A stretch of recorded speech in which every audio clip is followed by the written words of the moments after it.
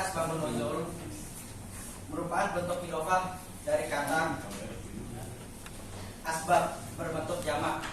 Bentuk mufradnya adalah sabab yang artinya sebab, dan nuzul yang artinya adalah turun. Secara etimologi, asbabun nuzul adalah sebab-sebab yang melatar belakangi terjadinya sesuatu. Ayat-ayat Al-Quran turun ada yang tanpa sabab, ada yang tanpa sebab, dan ada yang didahului sebab. Para mufasir merumuskan pengertian asbabun nuzul secara terminologi. Di antaranya adalah Az-Zarqani di tahun 1948 Masehi. Beliau berkata, "Ma nazalatil ayatu amil ayatu mutahadditsatan anhu au mubinatan bi ayyama wuqu'ihi."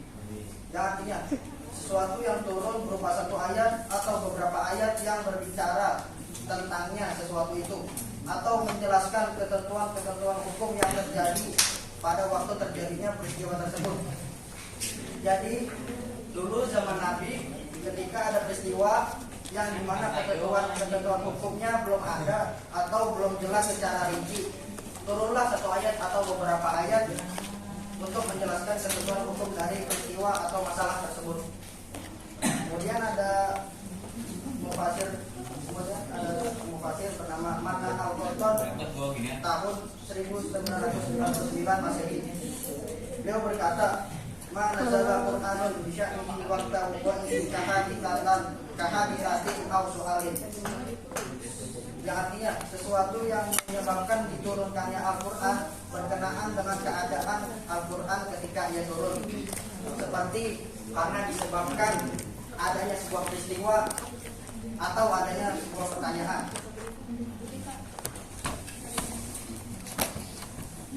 Oke, itu saja dari saya. Mohon maaf. Wassalamualaikum warahmatullahi wabarakatuh. Iya katanya iya mulai. Baik Pak.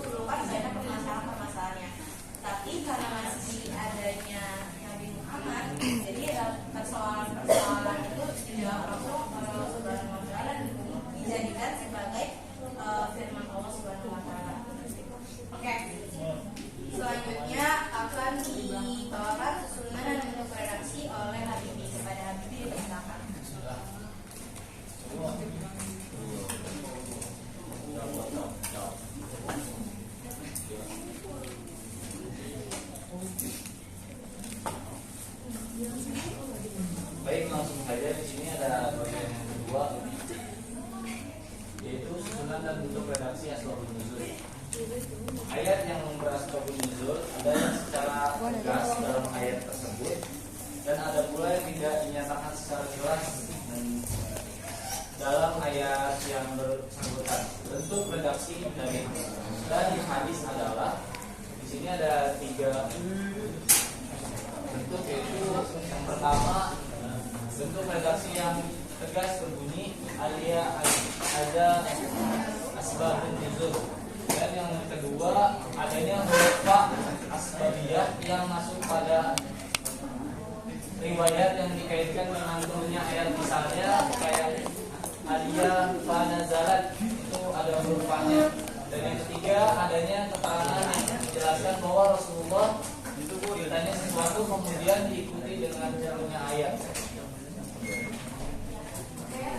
Dari penjelasan Habib kita dapat simpulkan bahwa ayat yang asbabun nuzul itu ada ayat yang asbabun nuzul itu secara tegas dan ada juga yang secara jelas.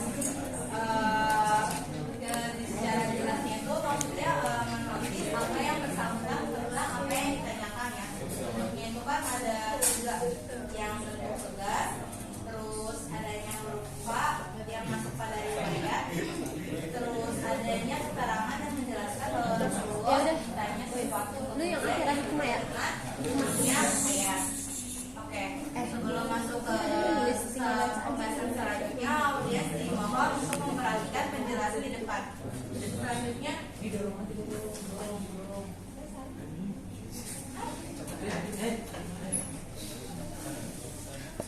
Selanjutnya pembahasan tentang urgensi asbabun nuzul yang akan dibawakan oleh Isa Malaysia Silakan.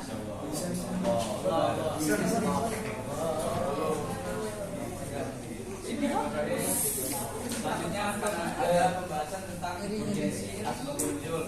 Pemahaman asbabun nuzul akan sangat membantu dalam memahami konteks turunnya ayat. Ini sangat penting untuk menerapkan ayat-ayat pada kasus dan kesempatan yang berbeda.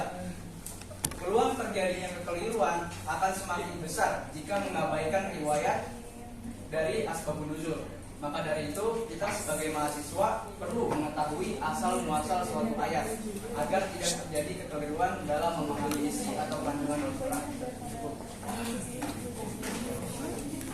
Baik, yang berkesimpulan bahwa kita sebagai mahasiswa, khususnya mahasiswa prodi pendidikan agama Islam, patutnya mulai giat terhadap alasan-alasan apa yang membuat suatu ayat itu turun, karena dari asbabun nuzul tersebut kita dapat tahu ya ayat itu turunnya kenapa, gara-gara apa, entah itu pertanyaan atau suatu peringatan dari Allah Subhanahu wa Ta'ala. Oke, berikutnya ada ruang lingkup yang akan dibawakan oleh Dima kepada yang kita lihat. Jadi orangnya dekat kok. Ruang lingkup pembahasan asbabun nuzul ini hanya berkaitan dengan peristiwa diturunkannya ayat Al-Quran, terutama dalam hubungan peristiwa atau ungkapan kata baik teks ayat maupun redaksi ayat. Ilmu ini sangat penting dalam rangka menafsirkan ayat-ayat Al-Quran. Oke, baik. Selanjutnya ada fungsi asbabun nuzul yang akan dibawakan oleh pada para audiens, mohon dikondisikan ke suaranya.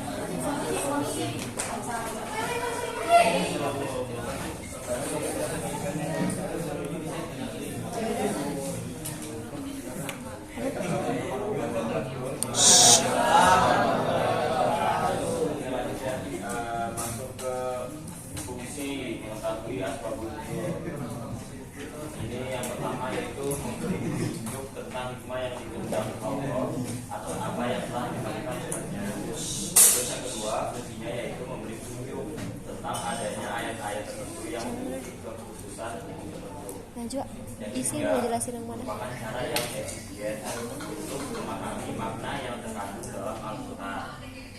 Terus yang keempat, menghindari keraguan tentang ketentuan batasan al-hasyar yang terdapat di dalam Al-Quran. Selanjutnya, menghilangkan kemuskilan atau kesulitan memahami ayat. Selanjutnya yaitu membantu memudahkan penghafalan ayat dan mengungkapkan makna yang terkandung di dalamnya. Sekian dari fungsi asbabun nuzul. Assalamualaikum warahmatullahi wabarakatuh.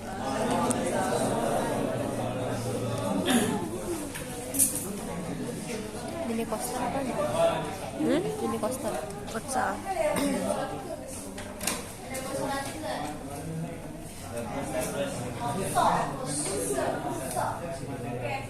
Dari penjelasan harapan kita dapat menyimpulkan bahwa fungsi asbabun nuzul itu sebenarnya penting banget. Kalau misalnya kita mau mengerti apa dan apa maksud daripada ayat, kita harus tahu dulu nih ayat di sini turun tuh karena apa. Kalau misalnya kita tahu penyebab si ayat ini turun, kita pasti bakal lebih ngerti maksud daripada ayat tersebut kayak gimana. Oke, berikutnya akan dibawakan oleh Aal tentang penyusunan asbabun nuzul.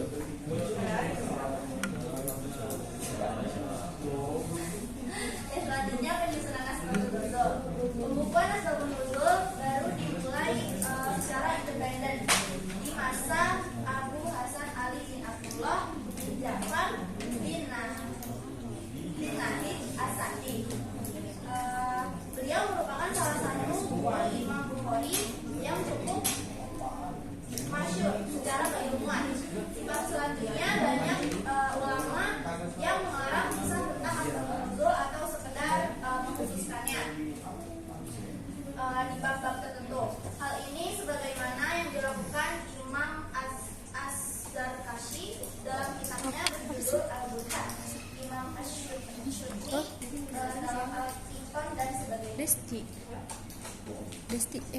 Destina. Desti. Oke, selanjutnya Ya. pembahasan Ya. tentang hikmah dan kesimpulan? makna yang Ya. akan dibawakan Ya. oleh Ihsan dan maka pada Ihsan dan Firman. Silakan. Ya. Ya, Desti. Ya. Oke, selanjutnya adalah hikmah dan makna. Yang pertama adalah memperoleh keberkahan dari Allah Subhanahu wa taala. Nah, Isi. bertambahnya kebaikan yang berasal dari Allah Subhanahu wa taala sangatlah penting bagi umat manusia di muka bumi. Karena hidup di dunia ini bertujuan untuk mencari berkah dari Allah Subhanahu wa taala. Yang kedua adalah pengetahuan tentang asbabun nuzul akan mempermudah orang-orang yang menghafal ayat-ayat Quran dan memperkuat keberadaan wahyu untuk mengetahui sebab turunnya. Lalu yang ketiga, mengetahui asbabun nuzul adalah cara terbaik. Yang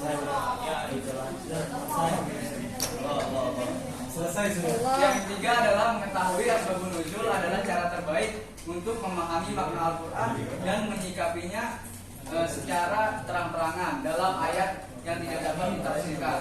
Maka inilah fungsinya asbabun nuzul.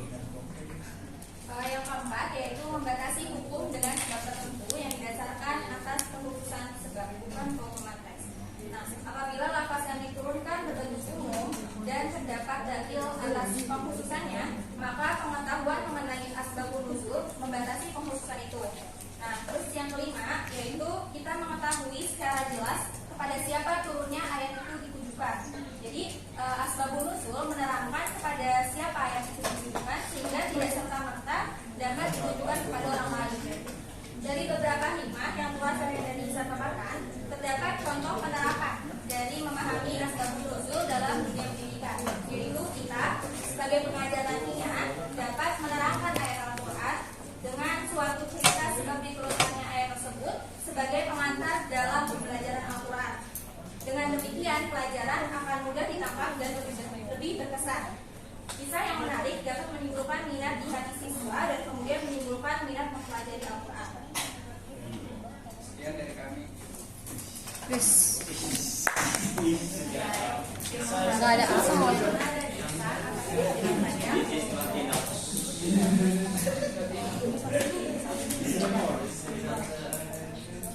Segitu saja presentasi dari materi kali. Mohon maaf bila ada kesalahan kata. Bila tersimpul hidayah. Wassalamualaikum warahmatullahi wabarakatuh.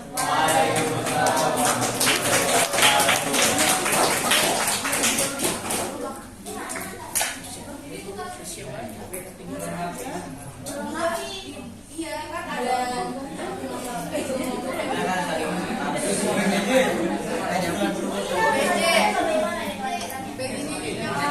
Apa? Iya.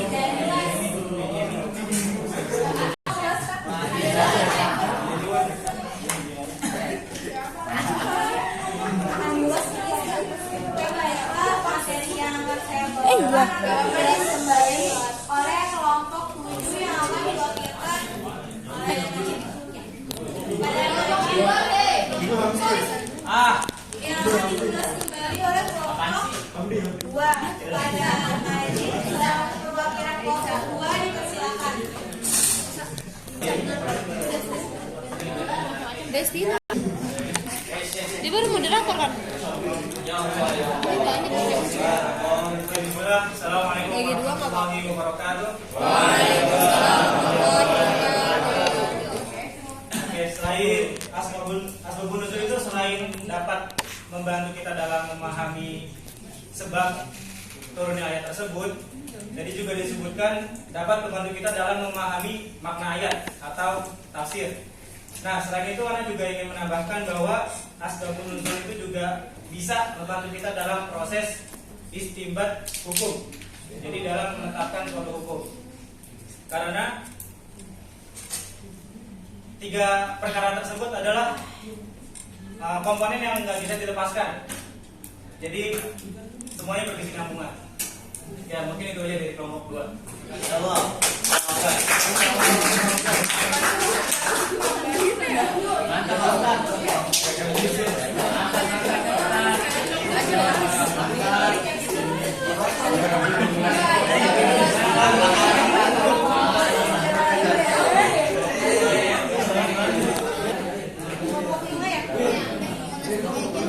Desti.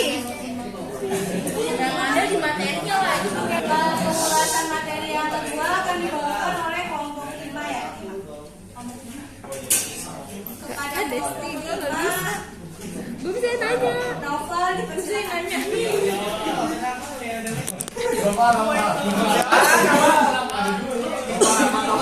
yang baju biru.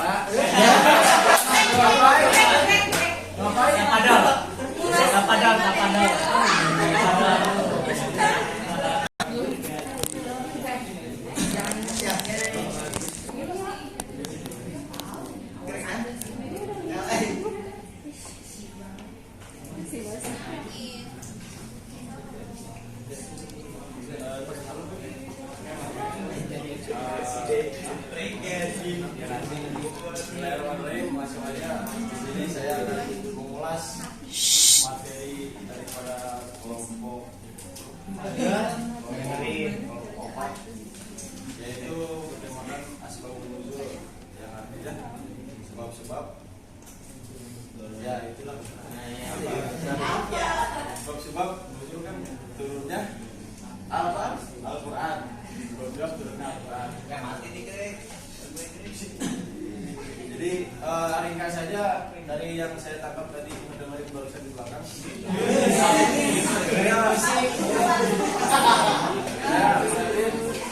Agar ngomong soal di pojok saya tangkap. Ungkapan asbabun nuzul atau asbab nuzul merupakan bentuk idofah dari kata asbab. Diam. Idofah, tahu arti idofah? Idofah itu, iya itu dua isi. Nah itu ya.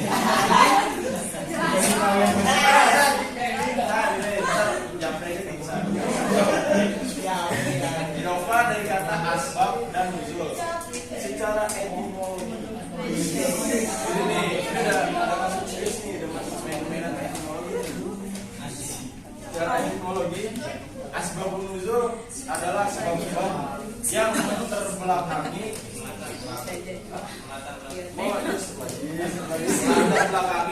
terjadinya sesuatu. Ya mungkin itu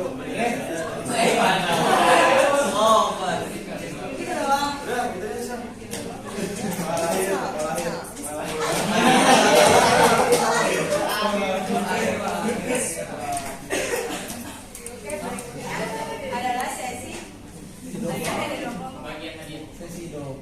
siapa yang sesi pertanyaan dan kelompok bertanya.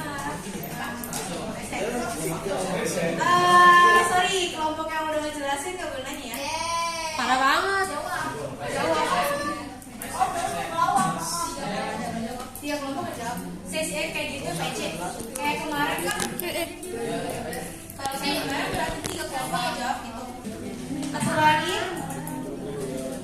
dari kelompok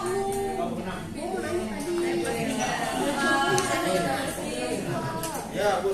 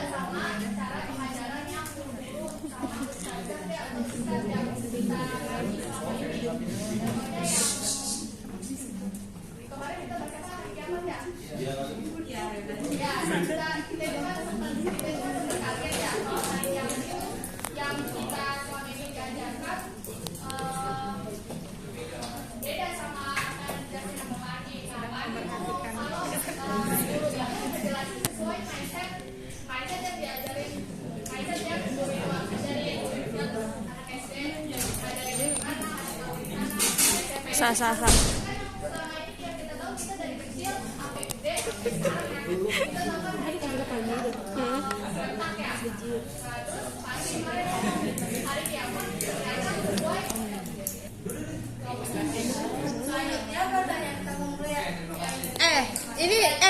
udah jawab kan yang kelompok tadi? Ya, nanti. Oh, oke, siap. Ntar saya jawab. Ya, jelas. Makasih ya, Pak. Lihat. Ya,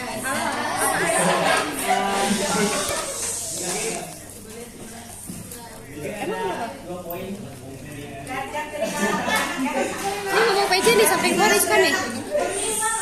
Ada apa? Halo.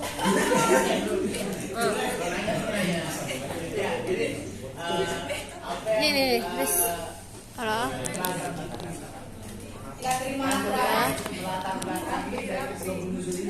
Enggak boleh. Siapa anjir? Greg, Greg, PW, Bintang. Enggak datang ke kelas. Lagi ngapain dulu di sana? Enggak. Dari kata Al-Mu'minah dan Asbabun Nuzul ini itu ada beberapa ayat. Di semua ayat tuh ada yang mengalami sebab-sebabnya, ada juga yang tidak mengalami sebab-sebabnya. Mungkin bisa diberikan contoh dari yang ayat yang diberikan yang ada sebab-sebabnya dan Soalnya di videoin gitu. kasih spell dulu enggak? Boleh. Jangan ya. Iya.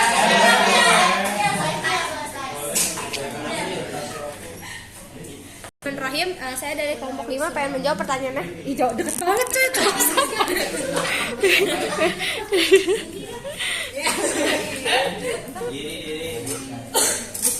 Jadi mau menjawab pertanyaannya Hanifah dari kelompok 5. Kalau menurut pandangan saya itu kayak bagaimana mensikapi kultur shock yang pengajaran baru ya, maksudnya pengetahuan baru yang dikasih sama Pak Andi itu ke kita. Itu kayak tergantung mindset masing-masing. Kembali lagi kayak misalnya keimanan kita, kan kita udah belajar sebelumnya. Nah, dan jangka waktu kita mempelajari kayak misalnya rukun iman itu juga nggak sebentar kan, lama gitu, kayak udah 20 tahun lah, kurang besar, hampir 20 tahun kita. 20 tahun kak? Gue udah dari bayi kan belajar. Ya, terus habis itu jadinya ya udah, kalau misalnya tergantung, kalau misalnya kamu tergoyah sama apa yang dibilang Pandi, ya udah percayain aja. Ini kan soalnya kayak bukan mensikapi ya, apa sih? Menyikapinya. Ya, karena beliau yang punya S3, kita juga punya S3, tapi S3 kita beda sama beliau ya. Beliau S3-nya sarjana, kalau kita S3-nya SD, SMP, SMA.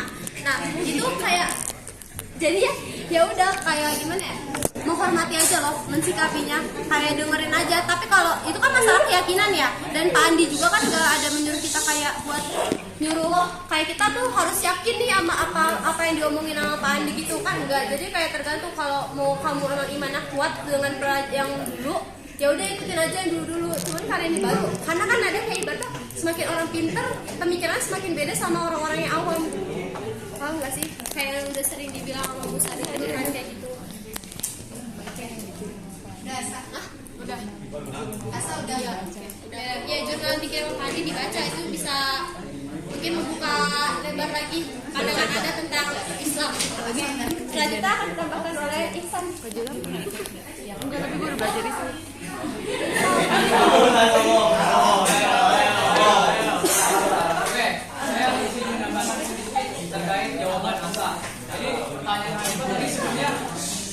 Pertanyaan tadi Hanifah sebenarnya ini mengenai tentang perbedaan pendapat ya, atau perbedaan pandangan. Jadi gimana sih cara kita menyikapinya gitu? Oke, yang pertama yang harus kita ketahui bersama adalah menghargai pendapat orang lain itu sangat penting. Ingat, menghargai pendapat orang lain itu sangat penting. Tapi ketika kita punya keyakinan dari masih kecil, kita belajar ini dari yang selama ini kita pelajari lah, berbeda tuh dengan pandangan Pak Andi misalkan. Nah, gimana cara kita menyikapinya? Wajib menghormati yang pertama. Terus kalau bagi saya, jadikanlah itu sebagai pengetahuan belaka, sebagai sekedar informasi. Jadi pengetahuan aja gitu. Masalah meyakininya itu kembali lagi ke keyakinan kita. Masya Allah.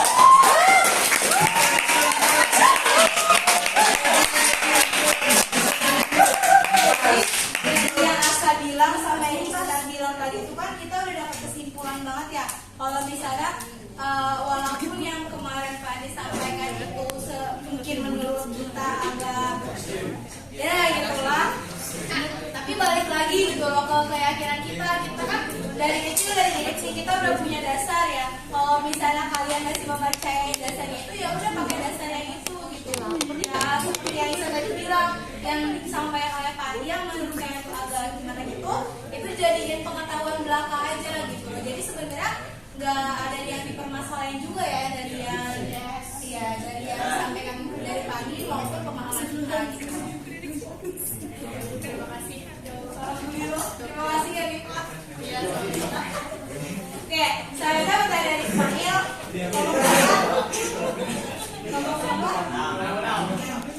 Jadi aku mau jawab dari Pak Jumil. Jadi maksudnya tadi yang pertama pertanyaannya gimana tuh?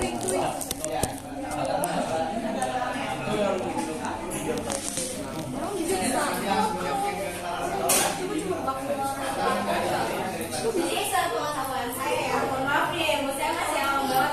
Jadi itu sebenarnya asbabun nuzulnya itu karena itu bukan sebuah ijtihad, tapi di mana ketika kan nantinya kelas. Pertanyaan kedua ya, itu ada Ini kelas dulu gue bilang. seseorang Udah gue balas cek. yang bertanya kepada Nabi, nantinya tuh teman-teman saya maaf nih ya, nantinya Nabi itu dapat wahyu gitu, dapat wahyu dari Allah. Jadi kayak misalnya ada suatu permasalahan yang belum terpecahkan di Al-Quran yang sebelum-sebelumnya, Emang di mana? di ayat yang sebelum-sebelumnya Kita mampir dulu. nantinya Sini, mampir di Allah kelas. menjawabnya itu lewat ayat Al-Quran gitu. Jadi kayak masih terpecahkan oleh ayat Al-Quran. Jadi bukan sebuah ijtihad agar si sahabat ini bisa tahu gitu, tapi sebab-sebab ini tuh bukan sesuatu yang harus diijtihadkan, melainkan alasan mengapa Al-Quran itu turun. Jadi kayak cuma asbabun nuzulnya itu bagian asbabun nuzulnya itu pengertiannya itu konteksnya itu kayak cuma alasan kenapa Al-Quran turun gitu, bukan sebuah ijtihad. Beda lagi kalau misalnya kita mau mencari suatu hukum, Kelas, itu anjir. baru namanya ijtihad atau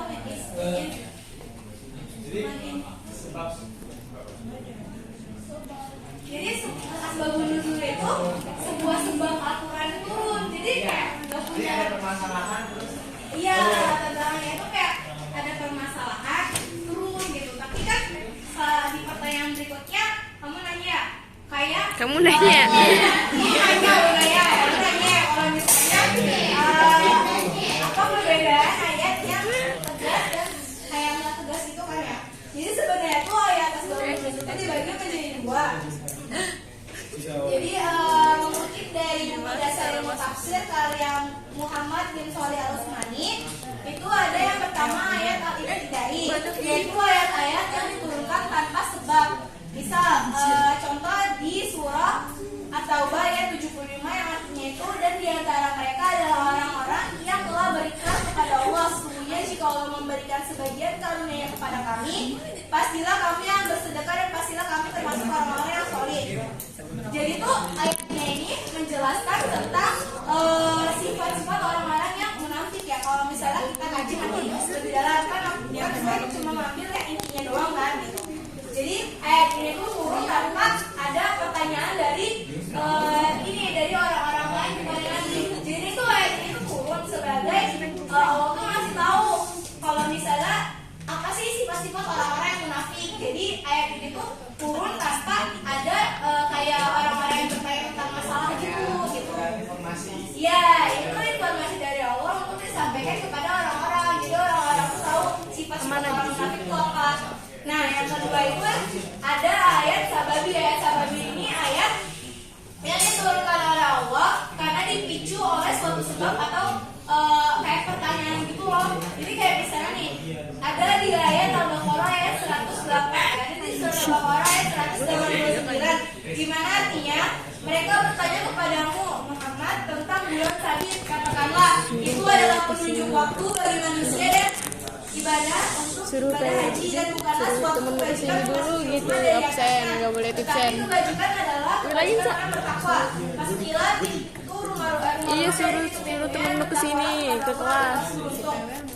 Jadi kayak di Iya, suruh chat-in, dia kan absen, nanya, nggak boleh tipsen kayak, gitu. Mungkin yang saya baca ini nggak terlalu detail, tapi kayak ada orang-orang sekumpulan itu bertanya kepada Rasulullah. Maka dari itu turunlah ayat asbabun nuzul ini agar pertanyaan-pertanyaan dari orang-orang yang bertanya kepada Rasulullah Enggak, gua enggak. dijawab oleh ayat Quran ini.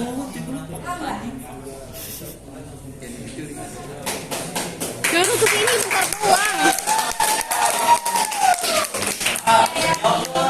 Terjawab loh dari bawah orang. Udah puas ya? Tunggu. Ada yang ingin Apa? menambahkan? Liatin batang hidungnya sini. Iya, udah tahu.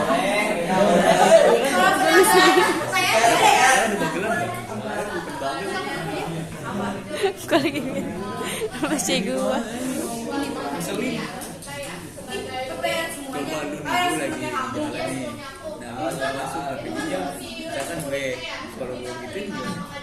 Gak apa-apa. Dia ngapain coba video call? Coba ya.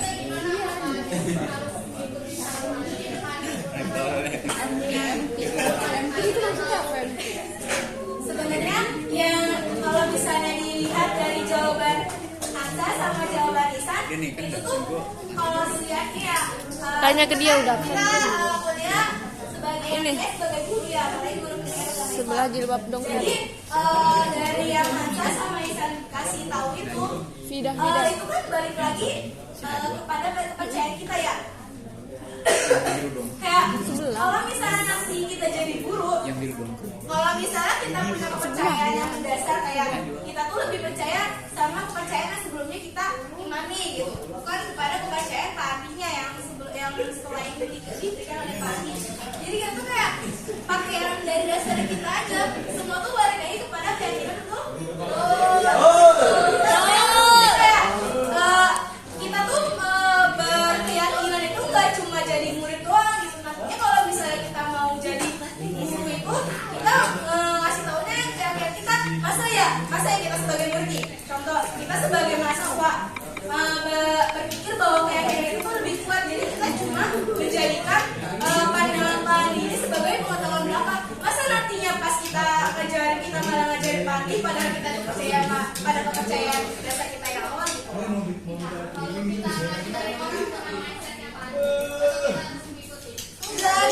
Kan dari awal kan sudah ditekankan ya sama Asa sama Isan. Kalau misalnya balik lagi ke kepercayaan, sekarang aku balik tanya ya. Gimana kalau misalnya nih, misal kamu menganggap bahwa kepercayaan yang sebenarnya kamu bawakan itu adalah yang benar, sedangkan kamu ragu sama kepercayaan yang tadi. Masa kamu mau ngajarin keraguan itu kepada murid-murid? Kan gitu. Enggak, logikanya gitu kan. Masa kita mau ngajarin yang diajarkan oleh Kadis, taruh, sedangkan kita sendiri percayanya lebih mana enggak kepercayaan sebelumnya.